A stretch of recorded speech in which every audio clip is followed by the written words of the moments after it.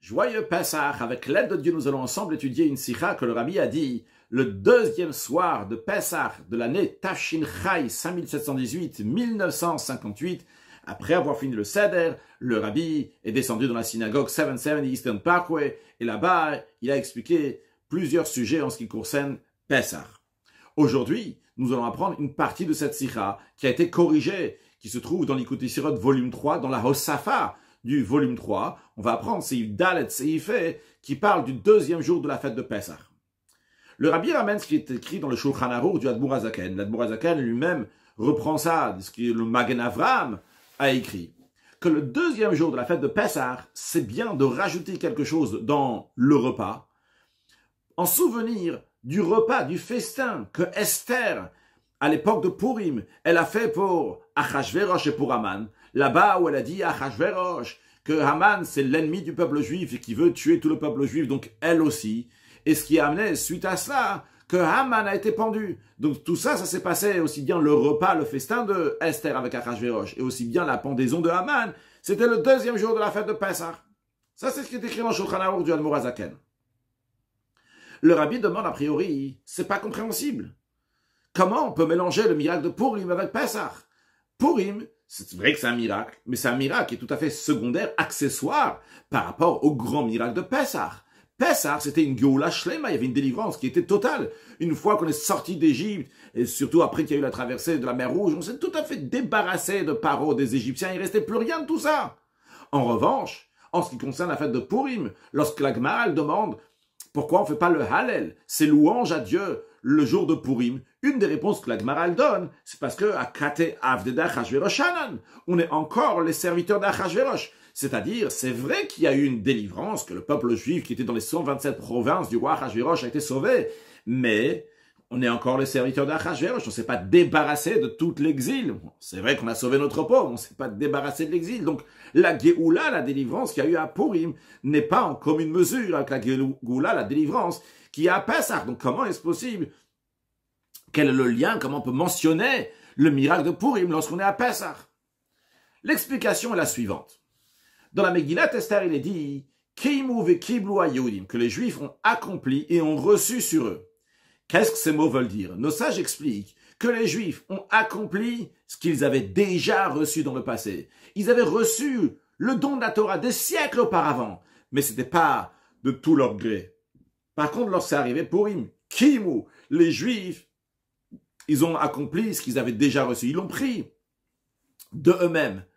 Et ça, c'est une supériorité qu'il y a à Purim par rapport au don de la Torah. Parce qu'au don de la Torah, c'est Dieu qui a donné la Torah.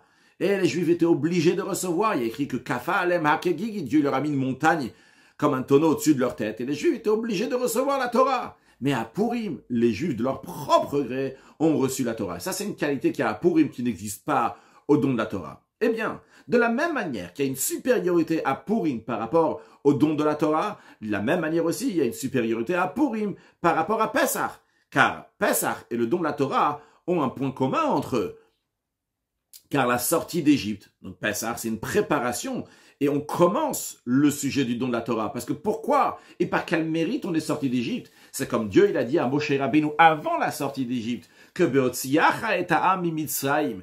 Lorsque toi, Moshe Rabbeinu, tu vas faire sortir le peuple d'Égypte, Tavdun et Elokim al Harazeh, vous allez servir Dieu sur cette montagne. C'est-à-dire que la sortie d'Égypte, elle est liée avec Tavdun et Elokim al Harazeh, sur servir Dieu, le don de la Torah qu'il va y avoir. Donc Pessah, c'est le commencement, la sortie d'Égypte, c'est le commencement du don de la Torah. Et il y a un point commun entre les deux. Aussi bien la sortie d'Égypte, aussi bien le don de la Torah, était dans ce qu'on appelle dans la Chassidoute, la Kabbalah, Itaruta dil Eila. C'est l'éveil du haut. Ce qu'on appelle du haut vers le bas. C'est quelque chose qui vient au-delà de nous. Que ce soit la sortie d'Égypte. Comment ça s'est passé? On lit dans la Haggadah, Nigla alem melech malchei amlachim hakadosh baruch hu ge'alam, que Dieu s'est révélé au peuple juif et a délivré le peuple juif. Donc c'est quelque chose qui vient de Dieu. De même Matan Torah. Comment ça s'est passé? C'est que Dieu a forcé les Juifs. On a dit Kafa alem hakegigi, Dieu il a mis la montagne comme un tonneau sur eux. Il leur a dit vous devez recevoir la Torah. Donc aussi bien la sortie d'Égypte, aussi bien le don de la Torah, c'est milmal al mata, du haut vers le bas. Itaruta dileila, l'éveil du haut. En revanche, Le miracle de Purim, il est venu par le travail du peuple juif. Milemata lemala, du bas vers le haut. Tout le peuple juif, pendant un an entier, depuis le tirage au sort que Haman il avait fait, donc était le 13 Nissan, jusqu'à l'année suivante, le 13 Adar. Donc pendant toute cette année-là, le peuple juif est resté avec Messirut Nefesh, être prêt à donner sa vie pour Akadosh Baruch Hu. Ça, c'est un travail du juif. Ça, c'est quelque chose qui vient du bas vers le haut. Maintenant, qu'est-ce qui est plus haut? Quelque chose qui vient du haut vers le bas ou du bas vers le haut? Évidemment, quand c'est Itarut Adilel à l'éveil du haut, c'est plus haut que Itarut Adil Tata à l'éveil du bas. Pourquoi? Il n'y a pas besoin de beaucoup d'explications. Le travail des créatures, il est limité, il n'y a pas une perfection.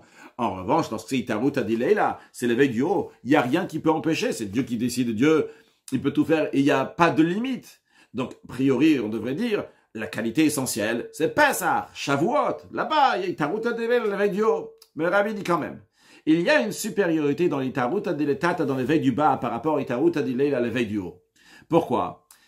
Parce que l'éveil du haut, c'est vrai que c'est plus haut en soi-même.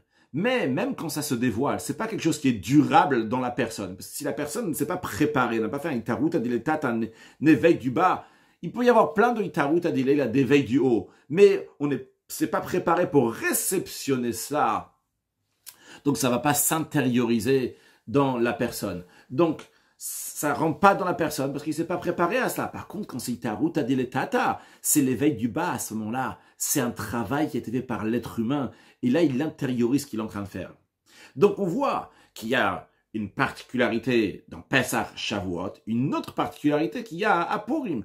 Pessah Shavuot, c'est la particularité d'Itarut Adilel à l'éveil du haut. Et Purim, c'est la particularité de l'éveil du bas. C'est la raison pour laquelle, quand ça arrive Pessah, on mentionne Purim. Pour avoir les deux qualités. Pas seulement la qualité de Pessah, qui est Itarut Adilel à l'éveil du haut, mais aussi avoir la qualité de Purim, qui est l'éveil du bas. En d'autres mots, on veut que même cette grande lumière, qui est illimitée, qui se dévoile à Pessah, va avoir un accomplissement, va se concrétiser, va s'intérioriser dans nous. Comment on fait ça? En mentionnant Purim. Donc on lit le sujet de Purim avec Pessah. On lit la Itarut Adilel, cet éveil du haut qui vient à Pessah. On le lit avec un travail du bas, que nous-mêmes on fait Itarut Adilel Tata. Un éveil du bas pour réceptionner cette grande lumière. Et à ce moment-là, il y a les deux qualités, aussi bien une lumière qui est très très haute, qui est liée avec l'Itarut Adilel à l'éveil du haut, aussi bien le travail du juif ici-bas, la Itarut Adilel Tata à l'éveil du bas. Et le Rabbi conclut en rajoutant un point que c'est lié avec le deuxième jour de Pessah. Ça aurait pu être lié avec le premier jour de Pessah aussi. La Itarut Adilel avec la Itarut Adilel Tata. Pourquoi on lit ça avec le deuxième jour de Pessah? Parce que dans les nuits de Pessah, il y a Eliyahu Hanavi qui vient pour annoncer la Géoula, la délivrance. Donc la délivrance, c'est lié particulièrement lorsqu'on souligne la galoute, l'exil. Quand est-ce qu'on souligne plus l'exil? Le premier ou le deuxième jour de Pessah? C'est le deuxième jour, parce que le deuxième jour, c'est Yom Tov Sheni Shel Galouyot. C'est un deuxième Yom Tov de Galouyot, d'exil. Et la supériorité de la lumière vient de l'obscurité. Quand il y a l'obscurité, c'est à ce moment-là qu'on voit la supériorité de la lumière. Et c'est la raison pour laquelle on mentionne le miracle de Purim, le deuxième jour de Pessah, pour amener la Géoula Atid, pour amener la délivrance. Dans la délivrance, il y aura aussi les deux qualités. Comme le prophète dit, Vesamti Kadkod, en parlant des remparts qu'il y aura à Yerushalayim lorsque Mashiach va venir, le prophète dit qu'il va mettre des pierres de Kadkod. Et dans le Talmud, il y a un désaccord. Est-ce que Kadkod, c'est les pierres de Shoham ou c'est les pierres de Yashvé? Dans la Chassidoute, c'est expliqué que ces deux pierres-là représentent les pierres qu'il y avait sur le pectoral, une qui représente Yosef, une qui représente Binyamin. Yosef qui représente le Tzadik et Binyamin qui représente le Baal Teshuvah. Yosef, donc le Tzadik, c'est Itarut Adilel, là c'est l'éveil du haut, c'est amener milmal à la mata, des lumières divines du haut vers le bas. Et Binyamin, donc c'est la pierre qui représente lui-même Binyamin, donc c'est le Baal Teshuvah, celui qui repart vers Akadosh Baruch Hu. Au début, il était appelé Ben Oni, le fils de celui qui a ma tristesse. Rachel, elle est morte lorsque il est né, mais il a changé de Ben Oni, il s'appelle Binyamin. Binyamin, donc il est le fils de la droite, donc c'est l'idée de Baal Teshuvah. Et le Baal Teshuvah, c'est du bas vers le haut. Le Rabbi n'explique pas cette notion de Shoam et Yashvé, Binyamin, Yosef dans la Sikha, mais c'est expliqué dans plusieurs endroits de Chassidoute. Et donc, Vesamti Kadkod, et Kadkod, il y a un désaccord, donc on a dit dans le Talmud, est-ce que c'est les pierres de Shoam et le père de Yashvé? Et on dit justement, la raison pourquoi Dieu a dit Kadkod, c'est pour dire que les Vechaden, qu'il y aura aussi bien comme celui-là et comme celui-ci, il y aura aussi bien donc les pierres de Shoam, aussi bien les pierres de Yashvé, ce qui représente sur le plan spirituel que lorsque Mashiach va venir, il y aura aussi bien la qualité de la lumière divine du haut vers le bas et aussi bien du travail du juif du bas vers le haut. Donc il y aura un lien entre le premier temple qui représente celui des tzaddik et le deuxième temple qui est celui des Baalei Teshuvah. Tout ça dans le troisième temple reconstruit très prochainement avec la venue de Mashiach. Now, un joyeux Pesach, Kasher, Vesameach.